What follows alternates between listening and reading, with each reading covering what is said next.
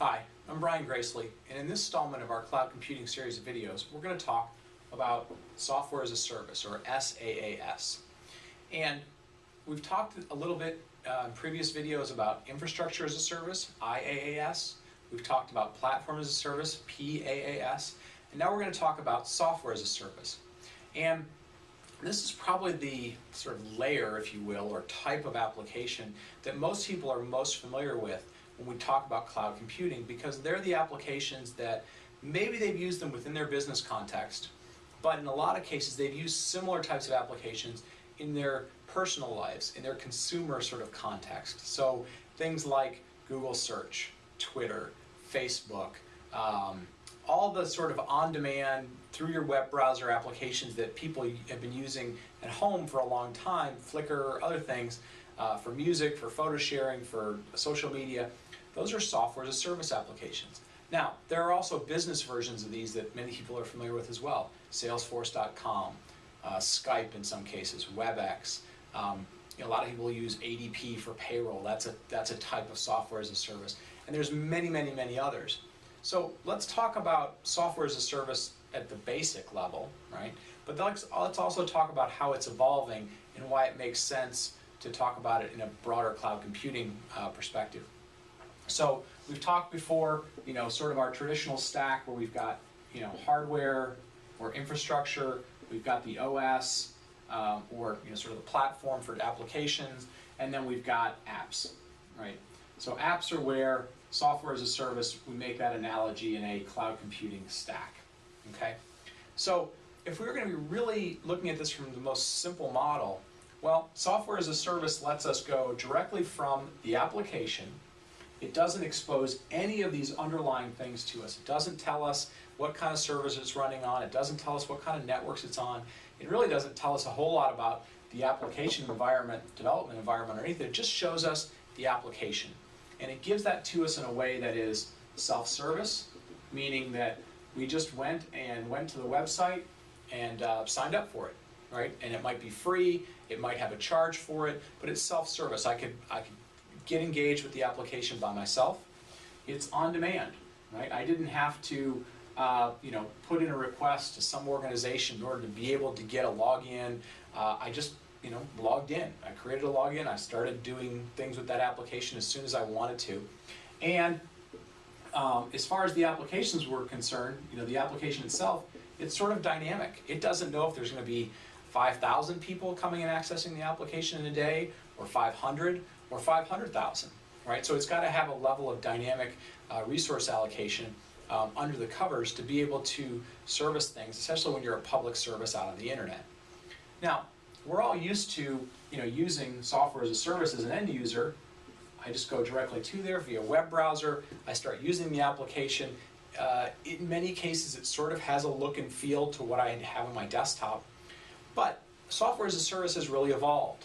And it's evolved in a couple of different ways. It's evolved from a model of how revenue came in. And in many cases, we go all the way back to sort of the quote-unquote Web 2.0 days, back to 2000, 2001, 2002, when Web 2.0 was the buzzword and the terminology.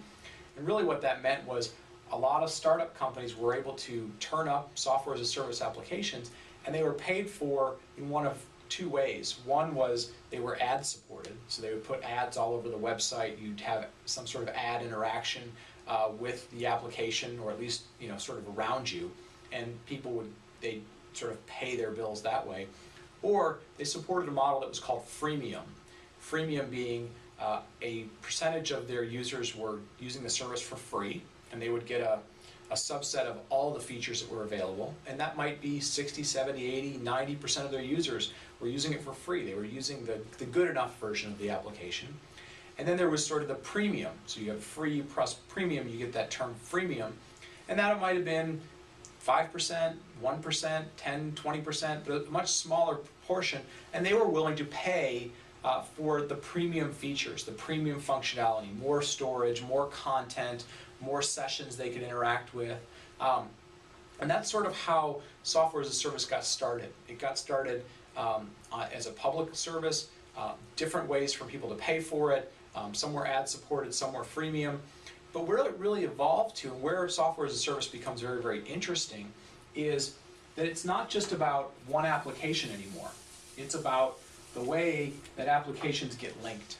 And if you, whether that's the evolution we've had with social media and how people want to be interconnected to their applications as they go across the web, they want their applications to know more about them, to personalize the service for them, to give them recommendations on what to do, to show them what their friends are doing or business colleagues are doing.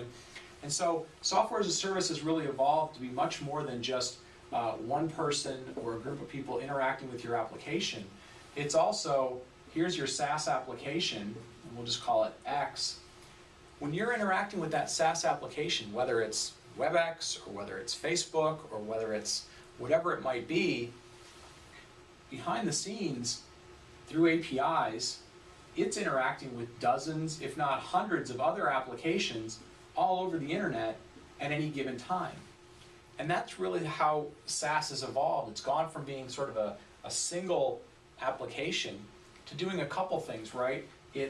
It's interacting with lots of other APIs, which are other applications, application Y, Z, ABC, all these different services. Maybe they're ads, maybe they're data collection services, maybe they're recommendations, maybe they're social media over here with QRS, and something right here might be whatever. But the other thing that they're starting to do is they're starting to realize that some users, some sophisticated users and businesses, they would love to be able to tap into some of the underlying services that live underneath the SaaS. And they want to be able to get at the platform. We're seeing this with companies like Google and Facebook and Salesforce.com and WebEx, and a lot of these very robust SaaS applications are beginning to expose a little bit of their underlying platform as a service, right?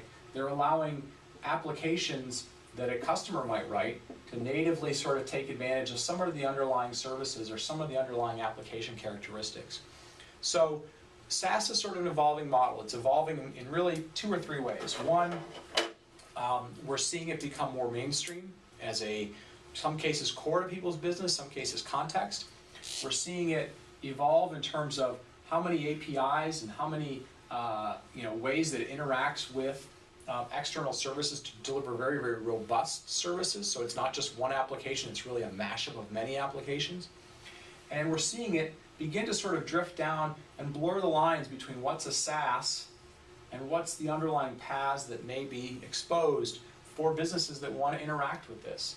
And the companies that run software as a service, whether those are all the companies that we name plus many, many, many, many others, they would love for businesses to do more and more business with their platform, with their software as a service, and through this ecosystem of partners that they interact with via APIs. And so software as a service is an area that's very easy for businesses to get engaged with. It's opening up its doors in terms of how developers can get engaged with and the communities work around it. And it offers various types of billing models, whether they are free, mostly OpEx, or some that are going to allow you to have longer term relationships with them and have different pricing models. So that's kind of where software as a service is today and where it's evolving. For most businesses, it's a portion of how they deliver IT services. And it's an area that we see evolving very, very quickly, just as fast as every other area within cloud computing. So it's important to understand the context of what's infrastructure as a service, what's its value. It's about delivering virtual machines or server resources and infrastructure resources. And that may be a great piece of what you need to do for IT services. There's platform as a service, trying to develop a new way to develop your own application.